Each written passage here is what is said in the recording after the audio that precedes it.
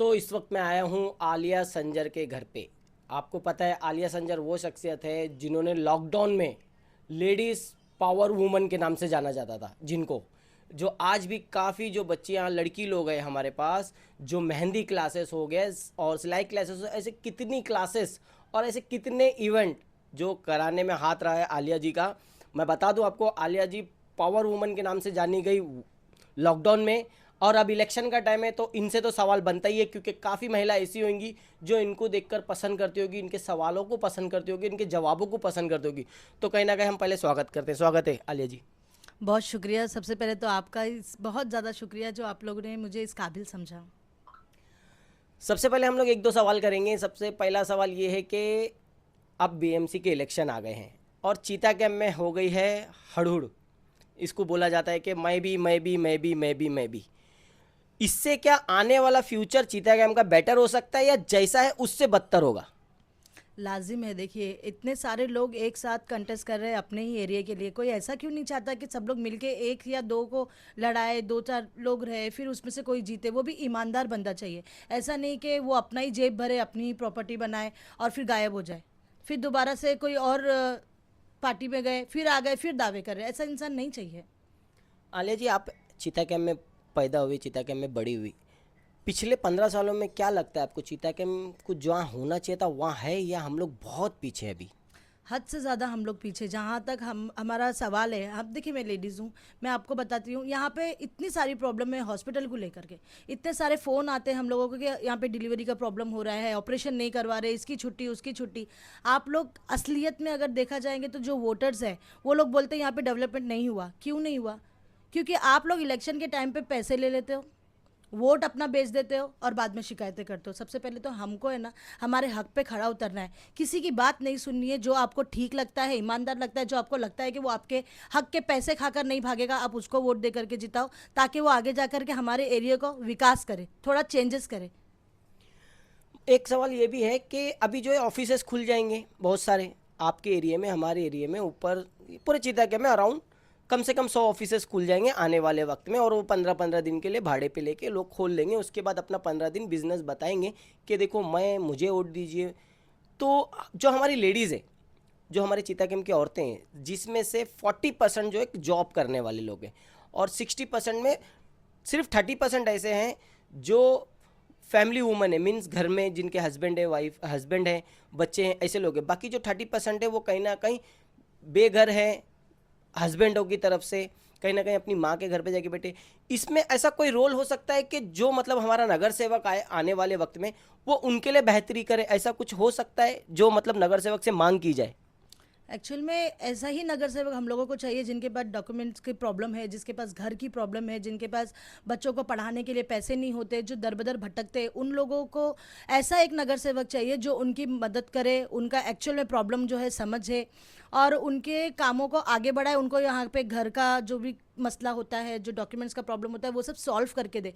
ऐसा हम देखिए, आप भी जानते हैं, हम भी जानते हैं, पहले हम लोग भी बहुत बहुत नीचे से हम लोग भी उठकर आए। जब हम पोस्ट अधिकारी रहने के बावजूद भी हम अगर किसी के ऑफिस में जाते तो वो लोग यही पूछते थे, क्या अपॉइंटमेंट लिया है आपने?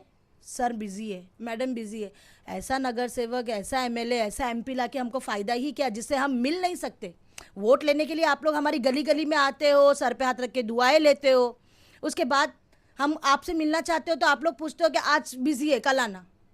फीस की बात यहाँ पे नहीं करना, पैसों की बात यहाँ पे नहीं करना। तो सच में ऐसा हम लोगों को यहाँ पे नगर सेवक मिलना चाहिए जो एक्चुअल में लोगों की प्रॉब्लम को समझे और उसको सॉल्व करने की पूरी पूरी कोशिश करे। आप आइडियल से पढ़े लिखे हैं, मैं देखता हूँ आपको कि आप जो है एमपी के लिए भी ट्राई किए थे, माशाल्लाह अच्छा रिजल्ट आया था आपकी तरफ से, अच्छा वोट मिला था आपको। जितना फर्स्ट टाइम में जो अटैम्प्ट में आपने ट्राई किया उसमें अच्छा वोट मिला है। एजुकेशंस को लेके हमारा चीता कैंप कितना नीचे है, उसके बारे में क्या मतलब पब्लिक को आप बताना चाहेंगे? पब्लिक को सबसे पहला ये समझना ही बहुत ज़रूरी है कि हमारे यहाँ के जितने भी नेता हैं जो बाहर से भी आते हैं, और हमारे यहाँ तो पहली बात, कोई किसी पे भरोसा हमारे एरिया में करता नहीं। बाहर से ही ला ला के सबको सर पे बिठा देते हैं। और ये मैं बताना चाहूँगी लोगों को, ये समझाना चाहूँगी, देखो अपन लोग अगर पढ़ लिख लेंगे ना, ज़्यादा अच्छा एजुकेटेड हम हो जाएंगे ना, तो नेताओं के बच्चों का फिर कोई रास्ता नहीं रहेगा, उन लोगों के लिए रास्ता बंद हो जाएगा। ये लोग आप लोगों को जानबूझ के पढ़ाने नहीं देना चाहते। ये नहीं चाहते कि आप लोग अच्छा पढ़े, अच्छा लिखे, आपको अच्छी जॉब मिले, आप अच्छे एजुकेटेड हो जाए। क्योंकि अगर हम समझदार हो गए तो हमको पॉलिटिक्स समझ में आने लगेगी, और अगर पॉलिटिक्स हम समझने लग गए तो फिर इनका तो दुकान बंद हो जाएगी। एक आखिरी सवाल लेडीज़ के लिए है, क्योंकि आप लेडीज़ हैं इसके लिए सवाल कर रहा हूँ। जो हमारे पास हॉस्पिटल है, एक ही हॉस्पिटल है मेंटेनिटी हॉस्पिटल, जिसमें आपको लगता है क्या चेंजेस होने चाहिए, मतलब अभी क्या बदलाव चाहिए उधर पे? देखिए, मैं जब भी हॉस्पिटल में जाती हूँ किसी के फ़ोन पे शिकायत की वजह से, वहाँ पे सबसे बड़ा प्रॉब्लम यही है कि डॉक्टर अवेलेबल नहीं रहते। हमेशा यही देखा जाता है, लेबर में लेडीज़ तड़प रही है, सिस्टर्स बोलती है कि ऐसे कर देंगे तो थोड़ा लेट हो गया तो बच्चे को कुछ भी हो सकता है या फिर माँ को कुछ भी हो सकता है। सबसे बड़ा प्रॉब्लम है कि डॉक्टर की जो अवेलेबल होना चाहिए वहाँ पे डॉक्टर्स रहते नहीं हैं, और अगर ऑपरेशन का मसला आ जाता है, कोई भी मसला आ जाता है, तो डॉक्टर, यहाँ की सिस्टर क्या बोलते हैं, डॉक्टर क्या बोलते हैं कि नहीं, आपको है ना साइन जाना पड़ेगा, आपको जे जाना पड़ेगा, यहाँ जाना पड़ेगा। जब हमारे यहाँ पे इतना बड़ा हॉस्पिटल है, इतनी बड़ी जगह है, तो उसको हम लोग यूटिलाइज क्यों नहीं करते भाई? मैं वहीं पैदा हुई हूँ, मैं इसी हॉस्पिटल में पैदा हुई हूँ, जैसा का तैसा है। वहाँ पे डॉक्टर हमेशा 24 आवर्स रहना चाहिए कि नहीं? अगर रात के 2 बजे डिलीवरी का वक्त हो जाता है, किसी को लेबर पेन बहुत ज़्यादा हो गया, डॉक्टर नहीं है, डॉक्टर के पीछे हम लोगों को भागना पड़ता।